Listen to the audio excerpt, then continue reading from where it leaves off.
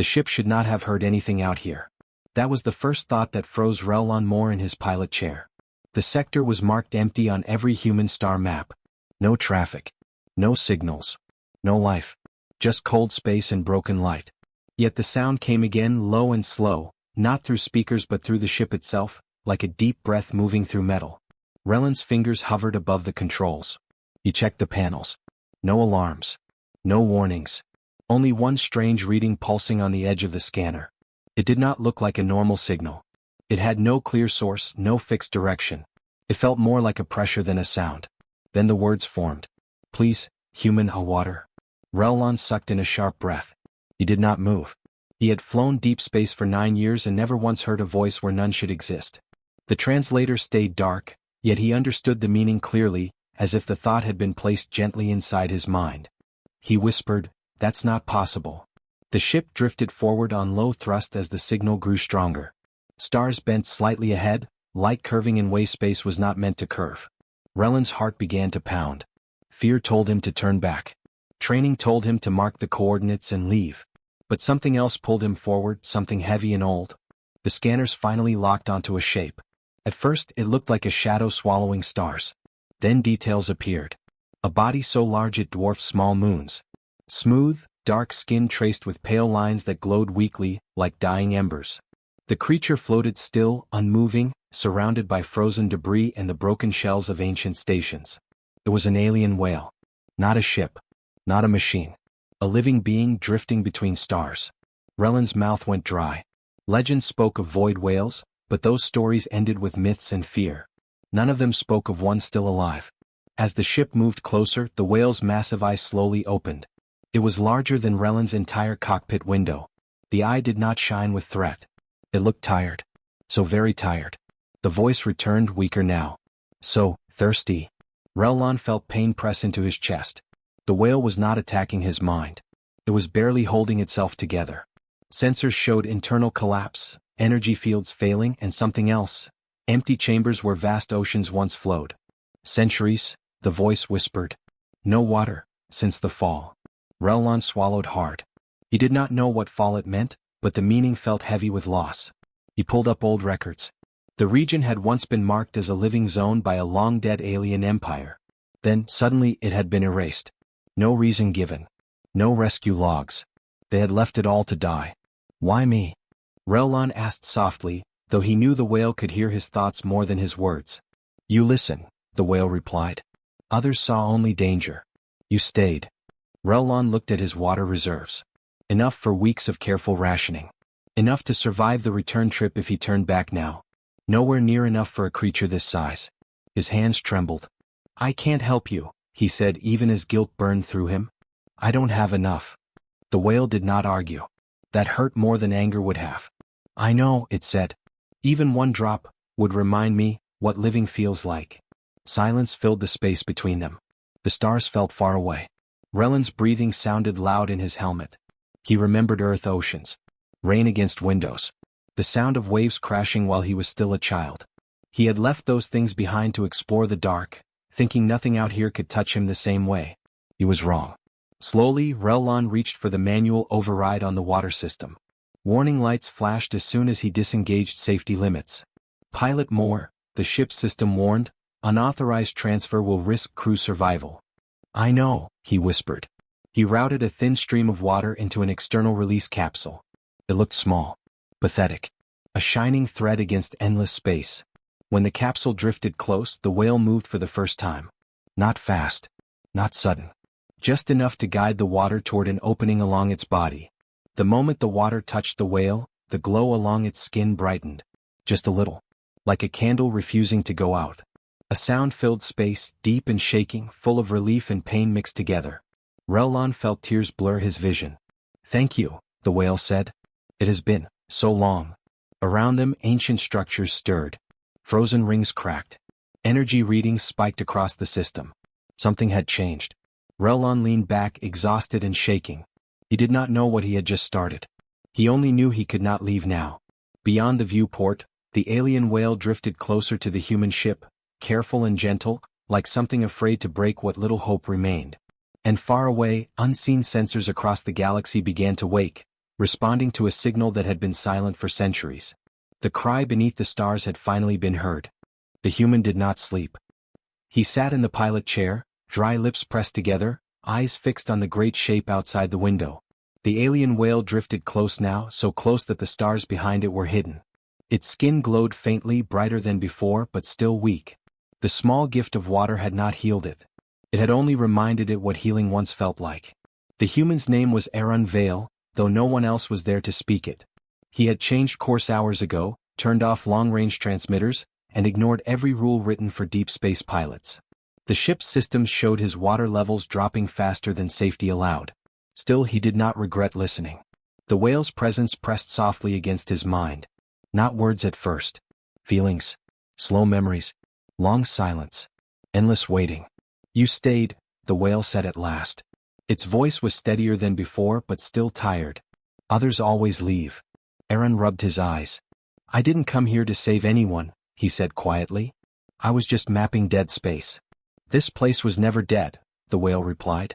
"It was abandoned." Aaron turned to the data screens. Ancient stations floated in broken rings around them. Their shapes were graceful, not built for war. Energy scars marked where power had failed all at once. He scanned deeper, opening records no one had touched in centuries. "These weren't military," he said. "They were support structures." "Yes," the whale answered. "They carried water. Balance." Aaron felt a chill. "For you?" "For many," the whale said. "I was one of the last." The truth came slowly, like ice melting. The whale's kind were not weapons or monsters. They were keepers. Living vessels that carried oceans inside their bodies, spreading life to new systems. They guided water, shaped climates, and watched worlds grow. Then the great collapse came. Empires fell. Supply lines broke. Fear spread faster than care. "They shut everything down," the whale said, "and never returned." Aaron clenched his jaw. He had seen this pattern before, written across ruined planets. When things became hard, kindness was always the first thing cut away. The ship chimed again. Another warning about water levels. He muted it. "How long have you been here?" he asked.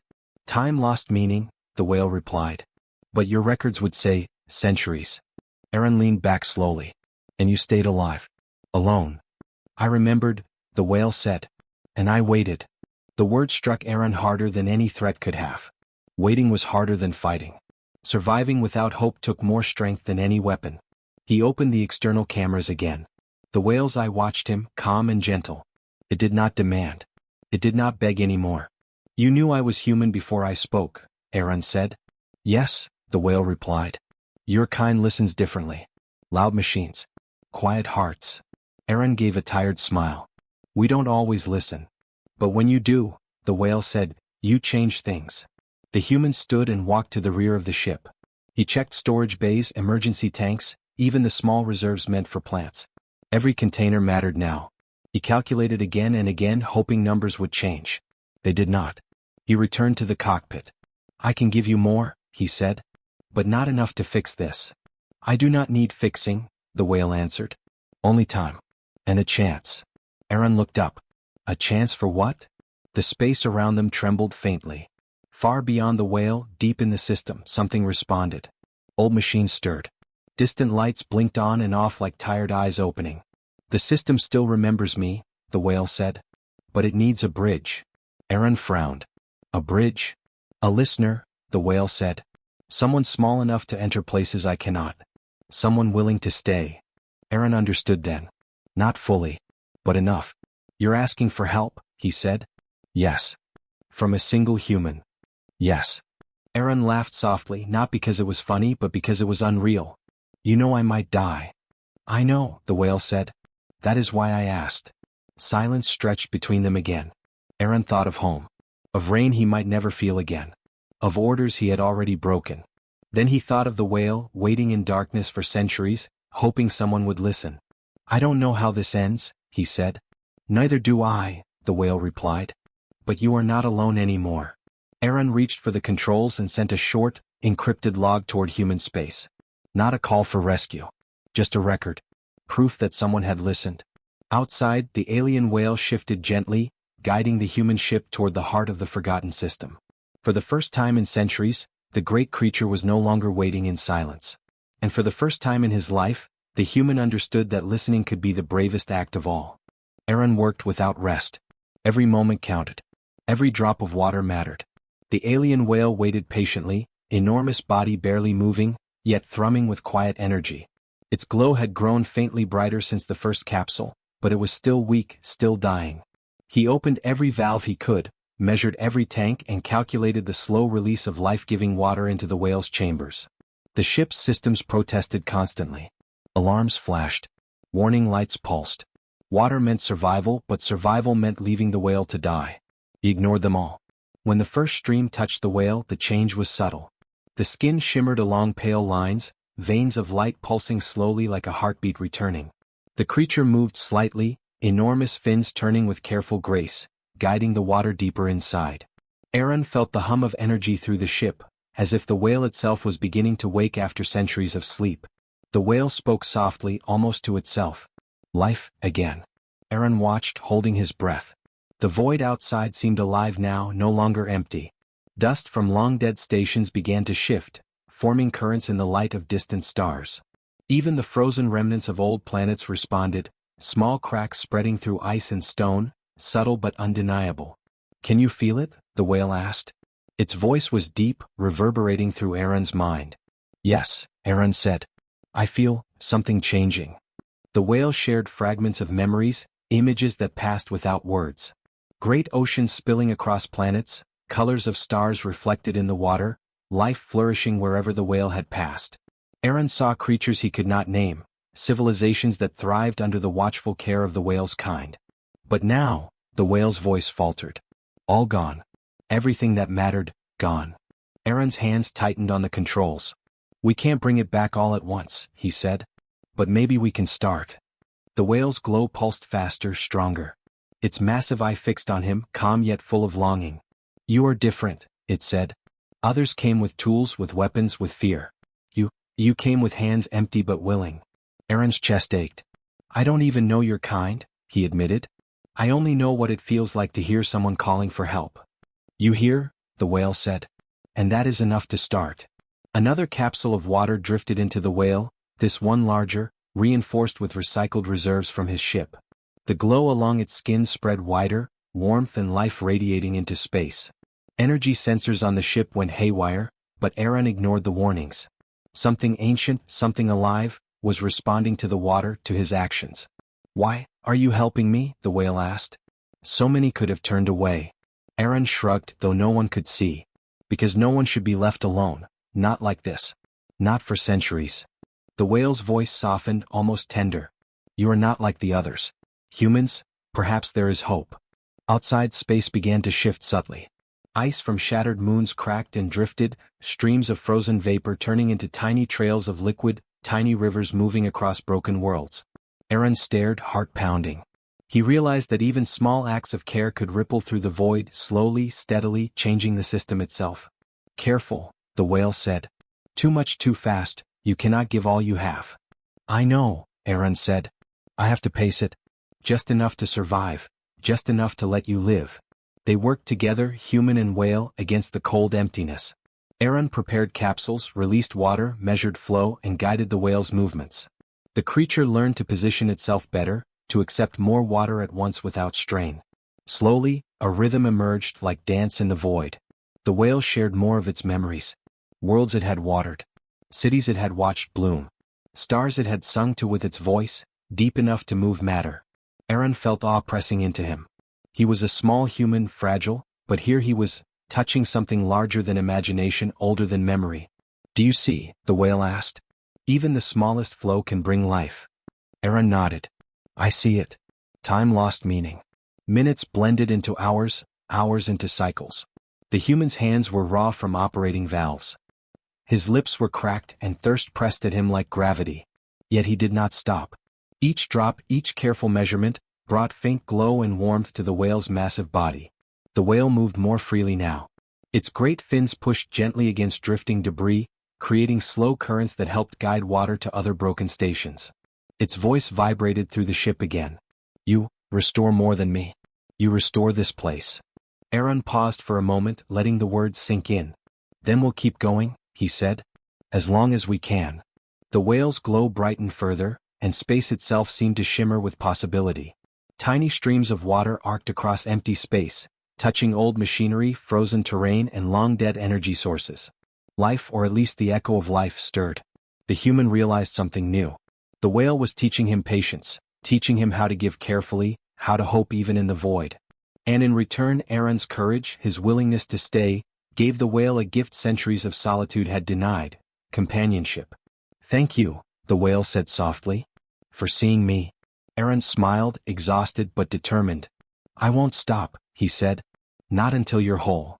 And for the first time in hundreds of years, the alien whale moved freely in space, guided by trust and care, feeling the warmth of water, the presence of a human, and the slow return of life in a place that had been nothing but death. Aaron had never felt such weight pressing on him. The alien whale floated beside his ship, now stronger, skin glowing warmly but still fragile. The water he had given was not enough to fully restore it. He knew that if he left, the whale would slowly fade again. He checked the ancient system's data again. Hidden deep within the broken stations was a mechanism, an old network that could restore water across the entire system. It was still functional, just barely. But the system could not be activated remotely. It needed a mind, a living being, to guide the process from inside. Aaron swallowed hard. That meant entering one of the long-abandoned stations, some of the oldest structures in the galaxy. Radiation readings were high. Energy surges could fry him in seconds. The path was dangerous, and no one could rescue him if something went wrong. The whale sensed his fear. "It is yours to choose," it said. Its massive eye looked at him, patient and understanding. "To step forward, or leave." Aaron shook his head. "I can't just leave you." His voice was firm even as doubt pressed in. "Not after centuries of waiting. Not after all we've done together." "You will risk your life," the whale said. "No human has ever done this." "I know," Aaron replied. "But no one else is here. If I don't, nothing will change. You'll die. And this system, all of it, will remain broken." The whale's glow pulsed faintly. "Your kind is different. You understand sacrifice." Aaron took a deep breath. He could hear the faint hum of energy through the ship as the ancient station stirred, responding to the whale's revived strength. Streams of water and energy moved slowly across space, but the network remained dormant. The choice was clear. If he acted, he might survive. Or he might not. "I'll do it," he said finally. "Tell me how." The whale guided him. "Enter the largest station. Its core is alive but unstable. You must connect yourself to the network, guide the energy, and release the stored water. You must keep balance. One mistake, and it will all fail." Aaron suited up, taking only what he needed. The ship followed him as he floated through the void toward the massive structure. The station was older than any human-made ship. Its walls glimmered with frozen dust and fractured light, a mix of ruin and beauty. Inside, the station was silent except for the faint pulse of energy. Panels flickered as he approached the core. Warnings flashed in alien symbols, unfamiliar but easy to read through instinct, as if the whale's presence helped him understand. He reached the central chamber. A network of conduits stretched across the room like veins. Pools of water, frozen and ancient, clung to the walls. The energy thrummed beneath his hands. The moment he touched the core, a surge ran through him. It was not pain but pressure, as if he had become part of the system itself. The whale's voice echoed in his mind.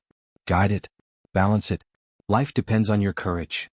Aaron closed his eyes and let the network flow through him. Streams of water moved along channels that had been dormant for centuries. Ice melted, spreading liquid across the broken machinery. Energy stabilized.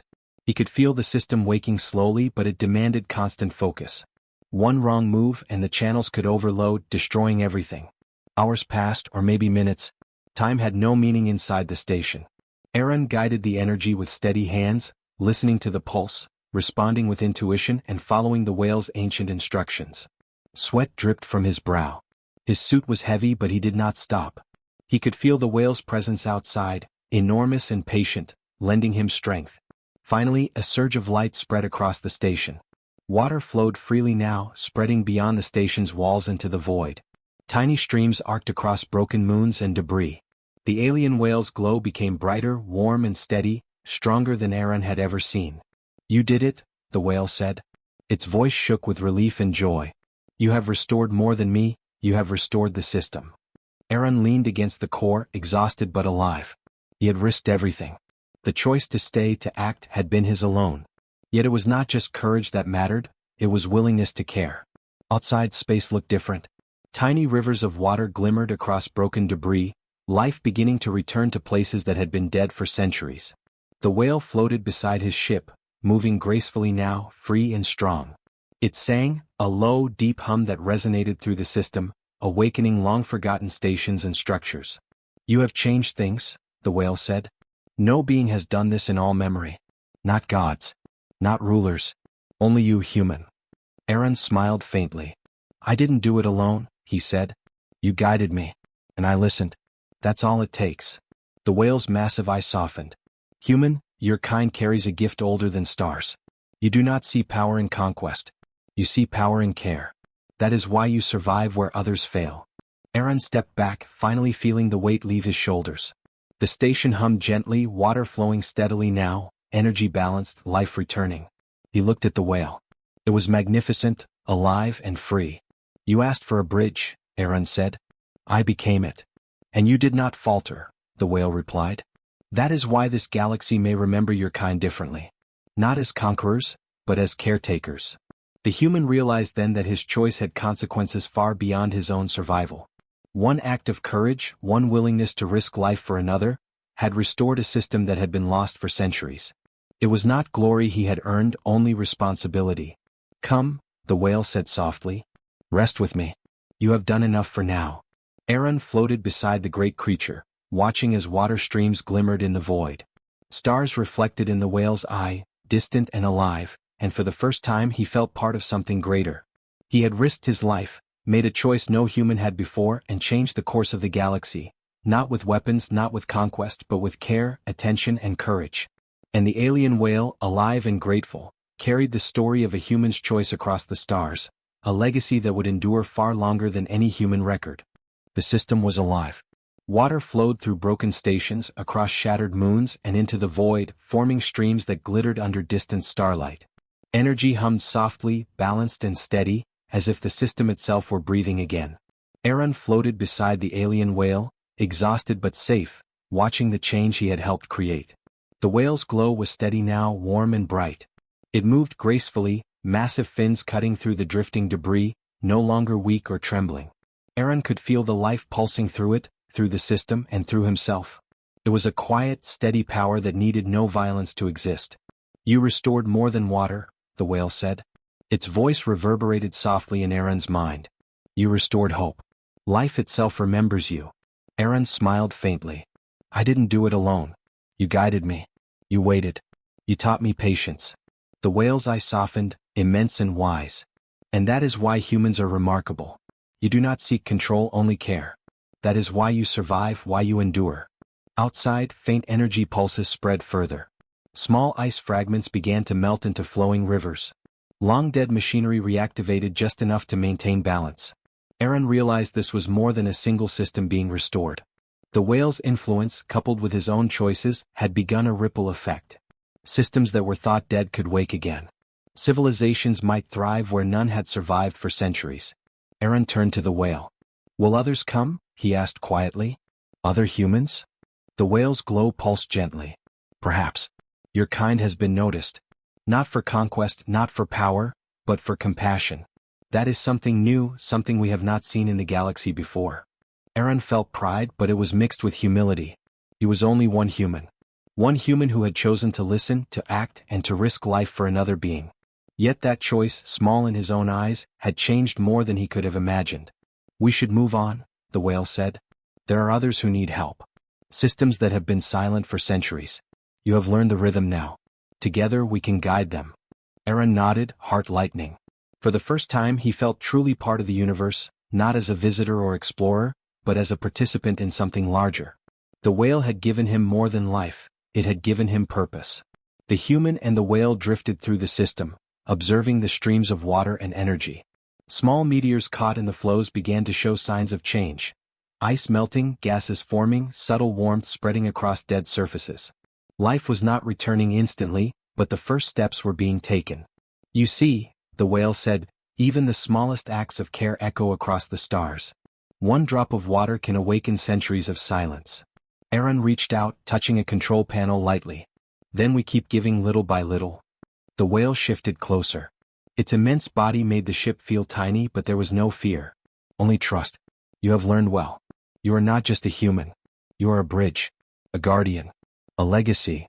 Aaron laughed softly, exhausted but happy. Legacy. I never thought of it that way. I just wanted to help. Helping is enough, the whale said. Yet it is also everything. Far beyond them, sensors across the galaxy began to stir. Alien civilizations that had monitored the region noticed sudden energy flows. No one could explain it immediately. Systems once considered dead were awakening. Streams of water and power moved across empty sectors, guided by a human hand and a whale that had survived centuries. The story spread slowly. First in whispers, then in reports. A human had listened. A human had risked life to help an ancient being thought lost.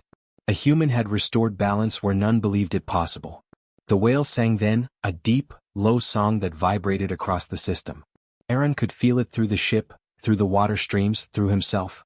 It was gratitude and joy and history combined. The song told of survival, of care, of choices that changed worlds. Aaron closed his eyes and let the song flow through him. He thought of Earth, of rain, of oceans he had seen as a child. He thought of the countless stars around him, and of the quiet emptiness he had once feared. Now the void was full of life, potential, and hope. You have done more than I ever imagined, the whale said. You have given the galaxy a reason to believe in mercy. Aaron smiled. Then we keep going. We help wherever we can. Yes, the whale agreed. And humanity will be remembered not for weapons, not for war, but for what you choose to give when no one else will. The system shimmered. Streams of water flowed freely, ancient machinery hummed softly, and the whale moved like a living river, guiding and watching. Aaron drifted beside it, part of the movement, part of the rhythm, part of a legacy that had begun with a single choice to listen. And in that moment, Aaron understood something simple but powerful. Compassion was stronger than fear. Care was stronger than isolation. One human's choice could echo across centuries, across systems, across the galaxy itself. The alien whale nudged him gently. Rest now, human. The galaxy will remember. Aaron looked out at the stars, at the flowing streams of life, at the glowing whale beside him. He felt small, but he felt alive. And for the first time in his life he felt that being alive meant more than survival. It meant leaving the world and the galaxy better than he had found it. The void, once empty and silent, was alive with hope. And the story of a human who listened, and a whale who survived centuries, would travel through the stars for generations to come. Aaron smiled. Compassion had become legacy.